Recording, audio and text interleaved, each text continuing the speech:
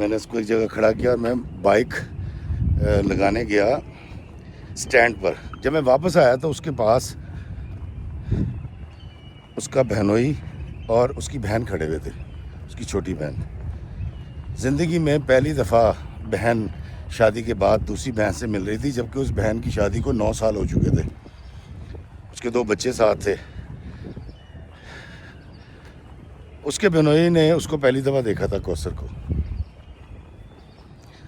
مجھے لگ رہا تھا یہ جھوٹ بول رہے ہیں, یہ پہلے بھی کہیں ملے ہوئے ہیں. اور اپنے ہمزلف کا میری بیوی کے ساتھ گفتگو کرنا مجھے نہایت برا لگا. کہتا جی میرے ہمزلف نے سلام دعا کے بعد مجھ سے کہا کہ جاوید بھائی آپ ہمارے گھر آئیں, باجی کو لے کر آیا کریں, دیکھیں ملنے ملانے سے جو ہے نا انسانی زندگی خوشحال رہتی ہے. اور آپ نے تو بالکل ان کو کاٹ کے رکھا ہوا ہے. تو میں نے تو آپ جیسا شوہر آج تک نہیں دیکھا جس نے آج تک کسی ایک شادی پہ بہن کی نہیں جانے دیا. اور آج میں اپنی سالی صاحبہ سے پہلی دفعہ مل رہا ہوں, تو یہ ظلم مت کریں. اللہ تعالیٰ نے آپ کو اتنی خوبصورت بیوی دے رکھی ہے, اتنی تابع دار بیوی دے رکھی ہے, تو آپ کو تو اللہ کا شکر ادا کرنا چاہیے. کہتا ہے اس نے میری بیوی کو میرے منہ پہ خوبصورت کہا, میں نے اس کو تو وہاں کچھ نہیں کہا. میں کچھ 100 کی سپیڈ سے موٹر سائیکل چلا کے واپس آیا, شاپنگ بھی نہیں کی, اور میرے دماغ میں صرف وہ جملہ چل رہا تھا, اتنی خوبصورت بیوی آپ کو دی ہے, آپ خدا کا خوف کریں, اتنی خوبصورت بیوی آپ کو دی ہے. کہتا جی مجھ سے وہ خوبصورت کا لفظ برداشت نہیں ہو رہا تھا. کہتا میں نے اپنی بیوی کو کوئی 10-15 منٹ مسلسل ڈنڈوں سے پیٹا ہے, اور اسی دوران کہتا جی مجھے جو ہے نا بلڈ پریشر ہائی ہوا ہے. پھر میں بے ہوش ہو گیا, مجھے نہیں پتا, جب ہوش آیا تھا میں ہاسپٹل میں تھا. کہتا اب ہاسپٹل میں جب میں آیا ہوں تو مجھے یہ اٹیک ہو چکا تھا, اور جب ہوش میں آیا تو میری بیوی جب میں نے اپنے بیڈ کے پاس نہیں پائی تو میں نے اپنی بہن سے پوچھا کہ کوثر کہاں ہے. تو اس نے کہا کوثر بھابھی تو نہیں آئی. تو میں بڑا حیران تھا, یہ کیسے ممکن ہے کہ کوثر مجھے پوچھنے نہ آئے. تو کہتا میں نے کوثر کو فون کیا, میں نے اس سے پوچھا کوثر تم کہاں ہو. تو اس نے کہا میں اپنے بچے لے کر اپنی ماں کے گھر آ گئی ہوں. تو میں نے اس سے کہا کہ تمہیں پتہ نہیں ہے, تمہارے سامنے میری حالت خراب ہوئی تھی, اور تمہاری جرت کیسی ہوئی کہ تم ہاسپٹل بھی نہیں آئیں, اور اب تم بغیر پوچھے میرے بچے لے کے اپنی ماں کے گھر کیسے جا سکتی ہو. کہتا کوثر نے مجھے کہا کہ حضور والا آپ نے جو کرنا تھا کر لیا, اور جو آپ کے ساتھ ہوا ہے یہ اسی آگ میں جل کے ہوا ہے جو دوزخ آپ نے اپنے دماغ میں دہکا رکھی تھی پچھلے 15 سال سے. میری اب بس ہو گئی ہے, میرے سے برداشت نہیں ہوتا. خبردار آج کے بعد مجھ سے رابطہ مت کرنا, اور میں تم سے خلا لے لوں گی. میں تمہارے ساتھ نہیں رہوں گی, تم اس قابل نہیں ہو. تم ایک گھٹیا ترین آدمی ہو جس کے ساتھ میں نے اپنی زندگی کے بہترین 15-16 سال گزار دیے, ضائع کر دیے. اب میں نے طے کر لیا کہ میں تمہارا ظلم نہیں سہوں گی. میری طرف سے تم جیو, تم مرو, مجھے تم سے نہ واسطہ رکھنا ہے نہ رابطہ رکھنا ہے. اور خبردار آج کے بعد اگر تم نے مجھ سے رابطہ کرنے کی کوشش کی, میں تمہارے خلاف پولیس میں پرچہ دے دوں گی, اور پھر جو تم تشدد آج تک کرتے رہے ہو سب لکھ کر دوں گی, پھر سب تمہارے ساتھ حساب ہوگا. اس لیے آج کے بعد مجھ سے رابطہ مت کرنا, مجھے تمہاری شکل سے شدید نفرت ہے. کہتا ہے جی میں بیماری کی حالت میں فالج زدہ, اور یقیناً کوثر کو نہیں پتہ ہوگا کہ مجھ پر فالج کا اٹیک ہوا ہے, اور اگر اس کو پتہ بھی تھا تو وہ ٹھیک کر رہی تھی. کہتا ہے افتخار بھائی میں اسی قابل ہوں. میری بیوی نے اس وقت میں مجھے چھوڑ کے بہت اچھا کیا ہے, میں اسی قابل ہوں. کہتا ہے مجھے بڑی شرم آتی ہے جب بیرے مدد کرتے ہیں اور واش روم مجھے جانا ہوتا ہے, اور میری بہن جو ہے وہ واش روم کے باہر تک مجھے سہارا دیتی ہے, اور میں آگے بیروں کی مدد سے ان کو پیسے دے کے ان سے ریکویسٹ کر کے حاجت کرتا ہوں, اور اس کے بعد ویل چیئر پہ بٹھا کے مجھے یہاں لایا جاتا ہے, اور پھر اس بیڈ پہ لٹا دیا جاتا ہے. کہتا ہے آج اگر میں اس انجام کو پہنچا ہوں تو اس کا ذمہ دار میں ہوں، میرا طیش ہے، میرا غصہ ہے، اور وہ ابلیسی آئیڈی ہیں جو میرے دماغ میں آیا کرتے تھے۔ میں اپنی بیوی کی محبت کو سمجھ ہی نہیں سکا، میں نے اللہ تعالیٰ کی رحمت کا اندازہ ہی نہیں لگایا۔ میں یہ سمجھتا رہا کہ میں کوئی راجہ اندر ہوں، اور یہ جو میری بیوی ہے اس کی کوئی اوقات نہیں ہے، اس کی کوئی ویلیو نہیں ہے، اور یہ جو کچھ برداشت کر رہی ہے میرا ظلم و ستم صرف اس لیے کر رہی ہے کہ اس کی ذات کے اندر کوئی کمی ہے، اس کے کردار کے اندر فی ہے، اس لیے یہ سر جھکا کے میری تابعداری کر رہی ہے۔ تاڑے مار کے رو رہا تھا، بلکہ رو نہیں رہا تھا، چیخ رہا تھا اور چلا رہا تھا۔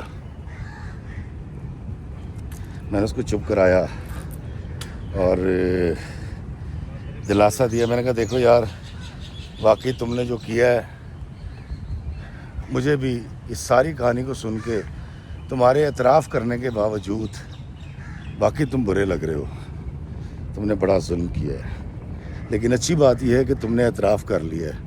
اچھی بات یہ ہے کہ تمہیں ادراک ہو چکا ہے کہ تم غلط تھے اور تمہاری بیوی کوثر ٹھیک تھی۔ کہتا ہے افتخار بھائی، میری زندگی میں اگر آپ مجھ پہ احسان کرنا چاہتے ہیں تو ایک احسان کر دیں۔ میں نے کہا ہاں بتاؤ۔ کہتا ہے افتخار بھائی، کسی طرح ہاتھ جوڑ کے ریکویسٹ کر کے میری کوثر کو منا لیں، اسے کہیں کہ مجھے معاف کر دے۔ میں نے کہا کہ میں کوشش کروں گا کہ تمہارا گھر پھر سے آباد ہو جائے اور کوثر پھر سے تمہارے ساتھ رہنے لگے، اور اللہ تعالیٰ تمہیں پھر سے صحت دے دے۔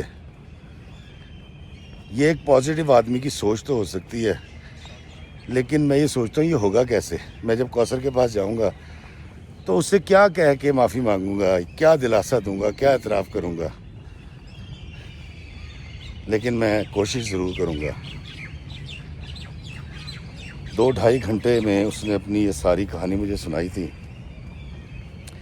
اب یقین کریں کہ میں اسے دلاسا دے کے، چپ کرا کے، آنسو پوچھ کے وہاں سے نکل آیا۔ میں گاڑی چلا رہا تھا اور سوچ رہا تھا کہ ہم انسان کیسے ہیں؟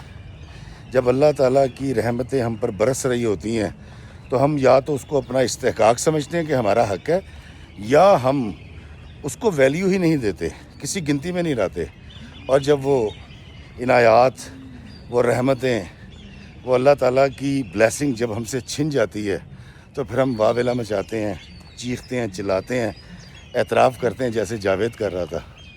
دوستو، مجھے نہیں پتا کہ آپ اس کہانی کو سن کے جاوید کے بارے میں کیا سوچیں گے، لیکن میں یہ سمجھتا ہوں کہ میں ایک کوشش، سنجیدہ کوشش اور ایک دیانتداری سے بھری ہوئی کوشش ضرور کروں گا کہ میں کوثر بہن کے پاس جاؤں، اس سے ہاتھ جوڑوں اور اس کو منا کر واپس لے آؤں، کیونکہ وہ کہتے ہیں نا صبح کا بھولا شام کو گھر لوٹ آئے تو اسے بھولا نہیں کہتے۔